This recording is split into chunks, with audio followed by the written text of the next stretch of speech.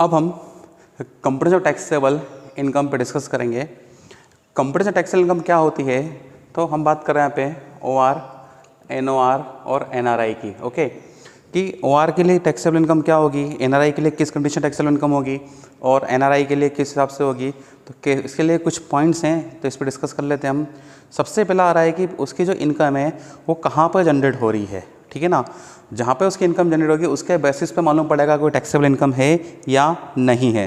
तो सबसे पहला जो पॉइंट आ रहा है वो है कि इनकम रिसीव्ड और deemed to be received in India whether earn in India और एल्सवेयर।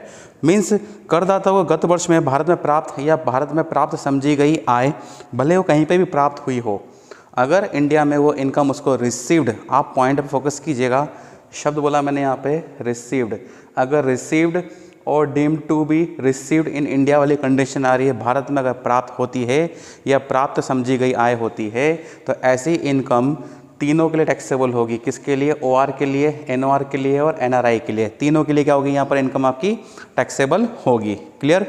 नाउ अब बात करते हैं हम सेकंड पॉइंट की, इनकम एक्रूड और deemed to be accrued in India whether received in India और एल्सवेयर। मीन्स भारत में उपार्जित या उपार्जित समझी गई आय कहीं पर भी प्राप्त हुई हो, ठीक है ना, भारत में प्राप्त हुई हो या भारत में उपार्जित हुई या भारत के बाहर कहीं पे उपार्जित हुई हो, ठीक है, तो वो तीनों के लिए क्या होगी आपकी टैक्सेबल होगी। अब उपार्जित मीन्स एक्रूड क्या होता है? फॉर एग्जांपल इंटरेस्ट, ठीक है, अगर आपने कोई फिक्स डिपॉजिट कर रहा है उसके ऊपर जब इंटरेस्ट हो रहा है तो भी आपकी इनकम क्या हो रही है यहाँ पर एक्रूड हो चुकी है, मीन्स उपार्जित हो चुकी है। अगर आपने हिंदुस्तान में कोई फिक्स डिपॉजिट कर रखा है वो सेकेंडरी, अगर आप कोई सर्विस प्रोवाइड कर रहे हैं और उसका अमाउंट आपको कुछ समय बाद मिलेगा, इट मीन्स कि आपकी सैलरी या इनकम तो क्या होगी यहाँ पर उपार्जित तो हो चुकी है, तो ये कायम आती है इस डेफिनेशंस के अंदर, इस पॉइंट के अंदर। Okay, now third, income from business outside but control by India. आपका बिजनेस भारत के बाहर है, आउट ऑफ इंडिया है, बट उस बिज़नेस का जो कंट्रोलिंग है वो कहाँ से हो रहा है? वो हो रहा है इंडिया से। तो ये बात ध्यान रखिएगा कि अगर कोई बिज़नेस भारत से जब कोई कंट्रोल होता है तो रेसिडेंट्स के लिए क्या होता है? टैक्सेबल होता है। अब रेसिडेंट कितने टाइप्स के हो रहे हैं यहाँ पे? OR और NOR। इट मीन्स कि इन दोनों के लिए क्या होगा? अमाउंट आपका टैक्सेबल होगा, बट NRI के लिए क्या हो जाएगा? वो नॉट टैक्सेबल। नेक्स्ट, अगर इसी को चेंज करते हैं, अगर आपके पास बात करते हैं अपन कि कोई इनकम ऐसी है जो बिज़नेस विदेश से कंट्रोल हो रहा है या फॉरेन कंट्री से कोई बिज़नेस और कंट्रोल हो रहा है, तो वो कहलाएगा आपका सिर्फ और सिर्फ OR के लिए टैक्सेबल। मीन्स उसको बोलेंगे हम foreign income, income received outside India, जिसको बोलते हैं हम फॉरेन इनकम, विदेशी आय। ठीक, वो किसके लिए टैक्सेबल होगी? OR के लिए। Past untaxed foreign income brought in India in the previous year. गत वर्ष में भारत में लाई गई ऐसी विदेशी आय जो गत वर्ष के पूर्व कमाई गई थी। मीन्स इसको थोड़ा समझ लें, आपने 2019 और 20 में कोई और 2020 और 21 और 2018 और 19 अगर आपने कोई इनकम 2018-19 में अगर आपने कमाई है, तो इनकम कब आएगी आपकी? 19-20 में। तो क्या बोले यहाँ पर कि past untaxed foreign income brought in India in the previous year.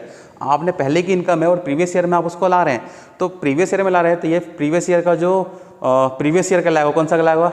18-19। Means ये तो फाइनेंशियल ईयर हो गया और ये प्रीवियस ईयर हो गया। तो प्रीवियस ईयर की इनकम जो असेसमेंट होगा कब होगा आपका?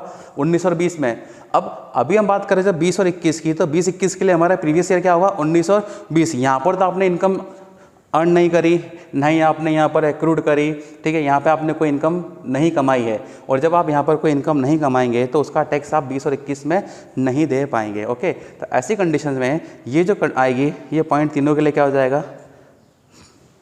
ठीक है, नॉट टैक्सेबल। बस इसके ऊपर कोई टैक्स नहीं किया जाएगा। आई होप आपको ये क्लियर हुआ होगा, परंतु एक बार इसको समाप्त करने से पहले मैं एक रिवीजन के रूप में आपको बताना चाहता हूँ कि अगर हमको सिर्फ कौन कौन से पॉइंट फोकस करना है। एक, received, deemed to be received, पहली कंडीशन। एक्रूड और deemed to be accrued in India, और अगर फॉरेन कोई बिजनेस अगर हिंदुस्तान से कंट्रोल हो रहा है तो 2 के लिए टैक्सेबल कर देंगे, और अगर यही बिजनेस आउटसाइड इंडिया से अगर कोई इनकम आपको रिसीव हो रही है, इन शॉर्ट फॉर्म बिजनेस की जो इनकम है कौन सी है? फॉरेन इनकम है, तो सिर्फ 1 के लिए टैक्सेबल होगी। और पास्ट अनटैक्स फॉरेन इनकम जो कि हम प्रीवियस ईयर की इनकम को प्रीवियस ईयर में ला रहे हैं, तो ऐसी कंडीशन में ये तीनों के लिए क्या हो जाएगी? आपकी टैक्सेबल नहीं होगी। Okay, thank you.